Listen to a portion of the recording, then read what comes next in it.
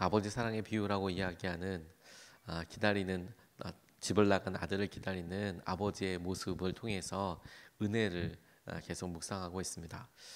그리고 이 본문에서 나오는 유명한 이제 첫째 아들 맏아들이 오늘 말씀의 중심 인물로 등장하게 되는데, 성경 말씀을 읽을 때 누구에게 공감이 가느냐, 이게 그것에 따라서 우리가 적용할 수 있는 범위가 참 많이 달라진다고 싶습니다. 아버지 사랑의 비유에 있어서 정작 당시 이스라엘 사람들, 그러니까 이 이야기를 예수님께로부터 듣고 있었던 사람들 가운데 가장 뜨끔했을 사람, 혹은 이 말씀이 의도하고 있는 바, 이걸 듣고 마음이 불편하든지 혹은 결단을 하든지 돌아와야 되든지 이렇게 의도된 사람들을 본다면 다분히 오늘 첫째 아들처럼 오랫동안 믿음 생활한 사람들이 아닐까, 이렇게 생각해 볼 수도 있습니다. 집을 떠난 사람들은 어차피 떠났으니까 아마 잘 못 들을 텐데, 집을 돌아오는, 은혜로 돌아오는 사람들, 그 은혜로 돌아오는 사람들이 자격을 갖추거나 이런 것이 아니라 아버지의 재산을 다 탕진하고, 누가 봐도 무슨 낯짝으로 돌아와, 이런 사람들이 돌아왔을 때 그를 어떻게 받아들이느냐, 어떻게 그를 생각하느냐, 이게 굉장히 중요한 일이라고 싶어요. 왜냐하면 오늘 이 본문 말씀이 보여주는 아버지의 사랑에 비해서 가장 대척점에 있는 것이, 아버지의 사랑을 멀리 떠난 사람이 반대의 대척점에 가 있는 게 아니라 아버지와 함께 있으면서도 돌아온 아들을 받아들이지 못하는, 동생을 받아들이지 못하는, 함께 기뻐하지 못하는 첫째 아들이야말로 심정적으로, 마음으로 아버지 사랑, 누구든지 받아주시고 용납해 주시고 아버지 되어주시는 그 사랑의 가장 대척점이기 때문에 라고 저는 그렇게 생각합니다. 오히려 더 반대인 거죠. 아버지보다 세상에 좋아서 나간 사람은 철이 없다고 이야기할 수 있는데, 아버지와 함께 살면서 전혀 아버지와 공감하지 못하고 있는 첫째 아들의 모습이 오히려 더 우리 삶에 많이 경험될 뿐만 아니라 오히려 더 아버지 입장에서는 안타까운 모습도 되겠다라고 싶어요. 일터에 나갔던 맏아들이 돌아왔는데, 작은 아들이 돌아왔다는 것을 듣고 잔치가 열렸다는 소식을 저는 들었습니다. 우리는 이 두 아들의 사이를 심정적으로 왔다 갔다 하는 것 같아요. 무슨 말이냐면, 여러분, 우리는 탕자처럼 이렇게 은혜를 받고 그렇구나라고 싶을 때도 있지만, 정작 우리가 믿음 생활을 오래 하고 나면 우리의 모습이 다분히 첫째 아들을 심정적으로 많이 닮아 있는 거죠. 오늘 발견되는 이 첫째 아들의 모습을 보면 그의 성실함에 주목하고 싶어요. 그의 성실함과 그의 삶이 표현하는 몇 가지 행동을 통해서 짐작해 볼 수 있는 바가 있어요. 25절에서부터 27절까지 말씀을 보면 그가 등장할 때 이렇게 이야기하는 것을 보게 됩니다. 그런데 큰아들이 그가 밭에 있다가 돌아오는데 집에 가까이 이르렀을 때에 음악 소리와 춤추면서 노는 소리를 듣고 종 하나를 불러서 무슨 일인지를 물어보았다. 종이 그에게 말하였다. 아우님이 집에 돌아왔습니다. 건강한 몸으로 돌아온 것을 반겨서 주인 어른께서 살진 송아지를 잡으셨습니다. 라고 이 첫째 아들과 하인 사이의 대화와 첫째 아들이 당면했던 이 분위기에 대해서 설명을 하고 있습니다. 그러니까 오랫동안 그의 모습을 가만히 지켜보면 이미 유산도 받고, 그가 뭐 가난하다고 할 수는 없지만 아버지 옆에서 떠나지도 않고 착실히 지키면서 밭에서 일을 하면서 보냈던 그의 아들을 특징으로 이야기한다면 성실함, 그가 맡고 책임감 있고, 그리고 아버지를 떠나지 않고 적어도 그가 할 수 있었던 일에 대해서 묵묵히 완수하고 있는 사람, 이런 사람으로 다양하게 적용을 해볼 수가 있을 텐데, 이런 모습이 여러분 오랫동안 신앙생활을 했던 우리들과 참 많이 닮아 있는 점이 있다고 싶어요. 우리의 삶의 어느 순간에 처음에 하나님께로 들어올 때는 다 우리의 마음에 공감되기를, 탕자처럼 하나님이 나를 이끌어 주셔서, 나를 구원해 주셔서, 나를 받아 주셔서, 내가 주님께로 돌아오니까 주님께서 내 마음을 이해해 주시고 공감해 주셔서 이 탕자와 돌아온 아들처럼 깊이 하나님의 은혜를 감사하고 이럴 때가 우리에게 적어도 있었거나 경험해 봤거나, 혹은 그런 은혜를 우리가 떠올릴 수 있을 텐데, 시간이 지나면서 점점 우리의 마음이 맏아들처럼 변해가는 거예요. 첫째 아들처럼 변해가는 거예요. 무슨 말이냐면, 이제 더 이상 보면 새로 오는 사람의 간증과 저렇게 하나님께서 개입해 주셔서 은혜를 누리는 사람을 보고 우리가 어느 순간에 부러워하는 마음을 조금 넘어서 언짢기도 하고, 이거 이렇게 돼야 되는 건 아닌가, 저렇게 돼야 되는 건 아닌가, 우리의 기준들을 내심 생각하게 되는 것이요. 성실한 사람, 우리가 오랫동안 믿음 생활을 했던 사람들이 예의주시해서 봐야 할 것이 뭐냐면, 믿음 생활을 오래 하면 다 그렇다는 게 아니라 쉽게 빠질 수 있는 함정과도 같이 쉽게 그렇게 될 수 있는 마음의 상태와도 같은 것이 무엇이냐면 율법적이 되는 거예요. 율법적이 되는 거. 이건 나쁘다는 의미가 아니고요. 그런 경향이 있기 때문에 잘 살펴봐야 한다는 거예요. 자기의 모습에서. 우리가 오랫동안 믿음 생활을 하고 오랫동안 아버지의 집에 있고 함께 있고 했을 때 혹시라도 우리의 모습이, 우리의 생각이 마치 전을 뒤집지 않으면 한쪽이 착 타는 것처럼 적당히 노릇노릇 되면 이렇게 바꿔주고, 고기도 구우려고 하면 한 면만 계속 있는 게 아니라 적당히 바꿔줘야 되는 것처럼 우리의 마음속에 계속되는 마음과 성실함이 나쁘다는 게 아니라 너무 필요하고 너무 중요하고 귀한데, 떠나는 것보다 남아있는 것이 결코 뭐 더 나쁘다 이렇게 이야기할 수는 없는데, 그럴 때 내심 계속 생각해야 될 것이 뭐냐면, 오늘 첫째 아들 보고 우리는 어느 순간에 하나님께서 하실 기쁨과 마음을 공감하지도 못하고 오히려 사람들에 대하여 율법적으로 변해 있고, 어떤 사람들을 평가하거나 판단하거나 우리가 가지고 있는 섭섭함으로 살아가고 있는지를 잘 유심히 살펴봐야 한다는 겁니다. 첫째 아들 우리에게 보여주는 모습이 그와 같다고 싶어요. 겉으로는 아무 문제가 없었고, 적어도 집 나간 아들보다는 더 효도하는 사람처럼 보이고, 더 아버지와 함께하는 사람처럼 보이고, 더 그렇게 더 잘하는 사람처럼 보이지만, 결국 돌아온 둘째 아들, 돌아온 이 동생을 대하고 이렇게 본다면 아버지의 마음과는 진짜 정반대에 있는 그런 모습으로 살고 있거든요. 잘못을 했으면 벌을 받아야 하고, 그리고 일종의 고생도 해야 한다고 생각하는 경향들이 있어요. 그게 나쁘다는 생각이 아닙니다. 그런 생각이 율법적이 되지 않도록 노력해야 한다는 거예요. 당연히 그런 기준을 가지고 있어야 하는 부분도 있죠. 그래, 그렇게 했으면 고난도 있고 어려움도 있고 책임도 져야 하지. 거기에서부터 생각을 뗄 수가 없지만, 정작 우리의 마음이 그게 당연해, 혹은 은혜를 잊어버리고 우리의 어렸을 때 우리의 상황이 안 좋았을 때를 잊어버리고 그렇게 판단하는 사람, 기뻐하지 못하는 사람, 공감하지 못하는 사람으로 있다면 그게 우리에게 위기가 된다는 거예요.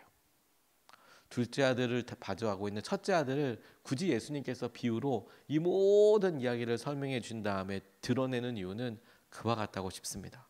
왜? 당시 이스라엘 종교 지도자들이 새롭게 돌아오는 사람, 하나님을 믿고자 따라오는 사람, 그 사람들 중에서는 자신들을 보았을 때 죄인들, 혹은 창기들, 혹은 도저히 어떻게 뭐 같은 민족으로 봐줄 수 없는 사람들까지도, 죄의 모든 굴레에 그대로 살아가고 있는 사람들까지도 주님께서 보호해 주고 지켜주실 때 그들을 밀어내고 함께할 수 없다고 생각했던 것이 율법적인 그들의 삶이었거든요.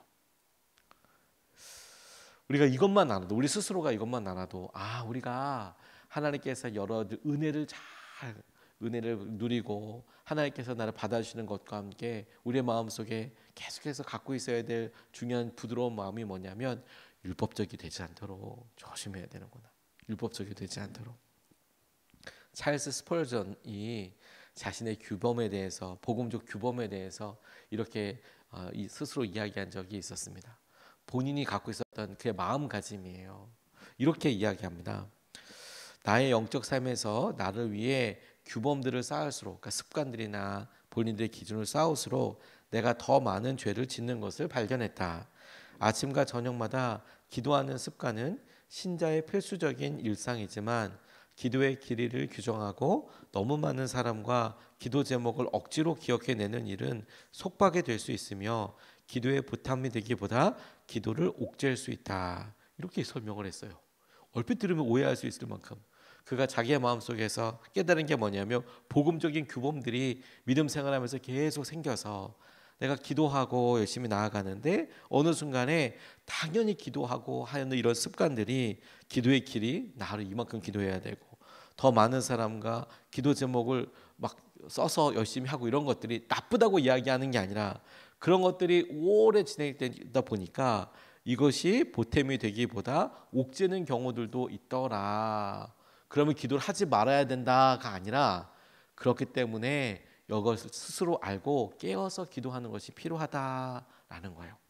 그렇게 될 수 있으니 기도가 온전히 하나님 앞에 아침 저녁에 습관적으로 드리는 기도가 율법적으로 빠지지 않도록 내가 지은 이 기준과 규범들이 율법의 어떤 행동이 되지 않도록 계속해서 주의하고 기도할 때마다 순종해야 한다는 거예요. 이게 중요하다는 겁니다. 첫째 아들을 통해서 우리에게 보여주시는 것이 너 돌아왔을 때 환영받고 하나님께서 사랑해 주시던 은혜를 너 잊고 살진 않냐? 당연하다고 생각하지 않냐? 그걸 어떻게 우리의 마음속에 점검하나요? 돌아온 둘째 아들, 죄인들을 향한 너의 마음을 스스로 점검해 보면 돼. 우리의 모습이 율법적으로 변해 있어서 그 사람이 돌아온 것과 이런 마음을 기뻐하고 공감할 수 없다면, 아버지의 마음을 공감할 수 없다면 우리가 첫째 아들의 모습으로 많이 치우쳐 있구나, 이렇게 스스로 물어볼 수 있겠다고 싶어요. 이건 은혜를 우리 가운데 계속 유지하는 소중한 방법이기도 하다고 싶습니다. 그런 의미에서 두 번째로 이렇게 우리가 주목하고 싶어요. 그래서 성경은 또 하나, 그렇다고 해서 이 아들을, 첫째 아들을 나쁜 사람 취급하지는 않습니다. 그 사람에서 이렇게 하는 게 아니라 오히려 그 아버지의 반응에 대해서 이야기하고 있어요. 제가 자꾸 이 비유를 탕자의 비유가 아니라 아버지 사랑의 비유라고 이야기하는 이유도 그와 같습니다. 큰 아들은 밭에 있었고 돌아왔는데 음악 소리고 춤추고 노는 소리 들리고, 그러니까 이런 잔치를 생각할 때 잔치는 열심히 일하는 사람한테 필요한 거지, 뭔가 베풀고 이런 것들은 방탕한 사람들을 위한 게 아니라, 그런 사람들은 자기 돈으로 그렇게 한다고 하지만 뭔가 위로는 열심히 일하는 사람들에게 필요한 거지라고 생각되는 그런 아들이 삐져서 섭섭해서 있을 때 아버지가 보여준 행동이에요. 28절 말씀을 보면 큰아들은 화가 나서 집으로 들어가려고 하지 않았다. 아버지가 나와서 그를 달랬다. 이렇게 이야기합니다. 아버지가 나와서 그를 달랬다. 저는 이 말씀이 되게 먹먹해졌어요.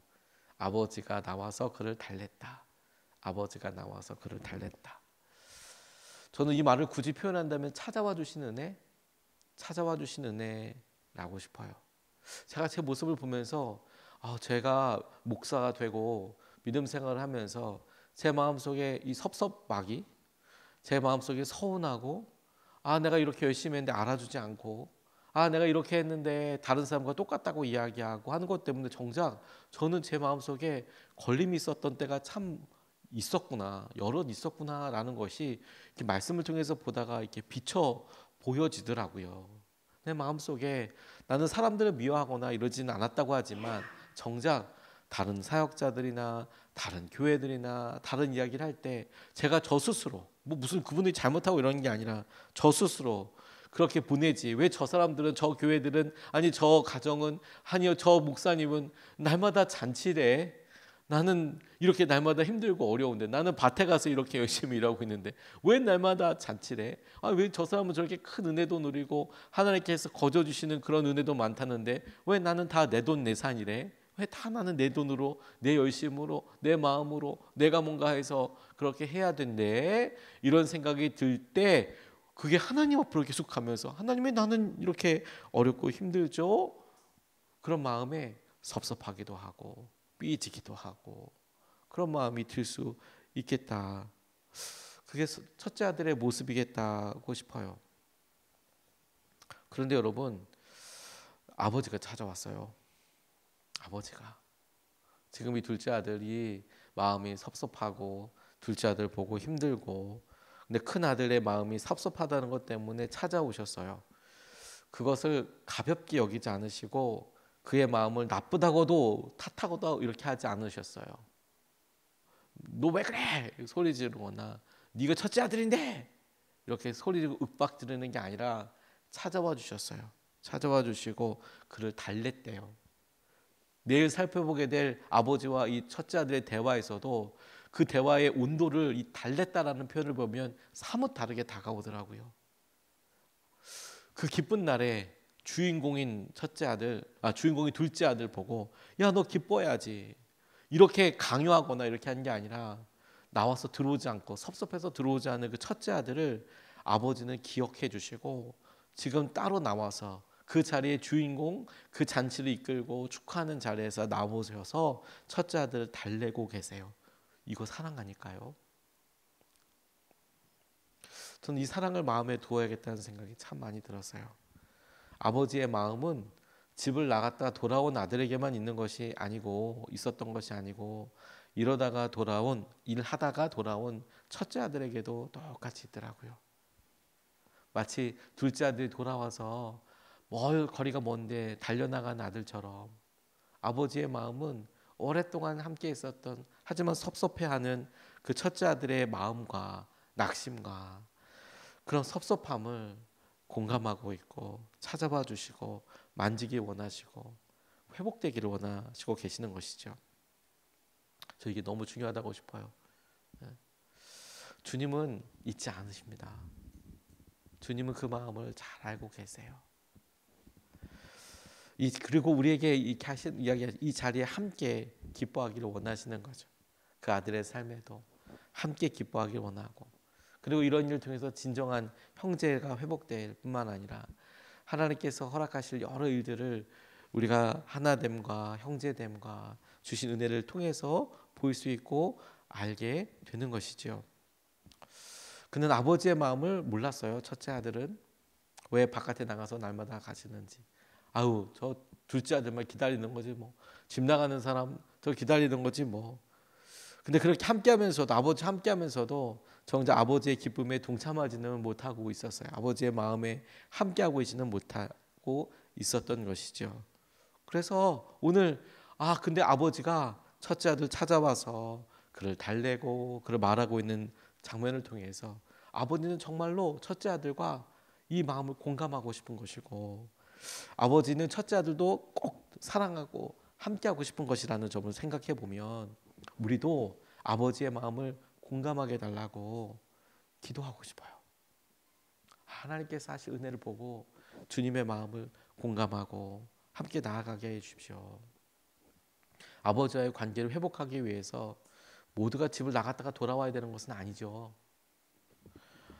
오히려 찾아오셔서 우리의 마음을 헤아려 주시는 아버지의 마음을 붙잡아야겠다고 싶어요. 그게 우리에게 주님께서 내미시는 손이라고 싶습니다. 하나님께서 하실 은혜와 하나님의 마음. 저희가 이번 한 주 동안 부모님을 위해서 기도하면서 우리에게 작아 보이는 여러 일들 중에 아버지 하나님을 통해서 부모님의 사랑을 보여주시고 깨닫게 해주시고 또 부모님의 사랑을 통해서 하나님의 사랑과 마음을 알게 해주시는데 작아 보이는 것, 당연하게 보이는 것에서 하나님께서 이 아들을 통해서 우리에게 보여오시는 거울과도 같이 그래 우리의 마음 우리가 좋을 때도 나쁠 때도 찾아와 주셔서 이끌어 주시는 그 은혜를 우리가 같이 새기고 함께 같이 기도할 수 있으면 좋겠습니다. 하나님은 우리의 마음을 기억하시고 섭섭함을 기억해 주시고 찾아와 주셔서 은혜를 더하여 주시는 분이십니다. 오늘 두 가지 말씀을 같이 나눴는데요. 첫 번째, 우리가 성실하고 그렇게 할 때 율법적이 되는 경우들이 있겠다. 다시 말해서 바른 생활과 우리가 율법적인 기준이 필요 없다고 이야기하는 것이 아니라 우리의 마음을 점검해 보라는 거예요. 율법적이 되어가는 것이요.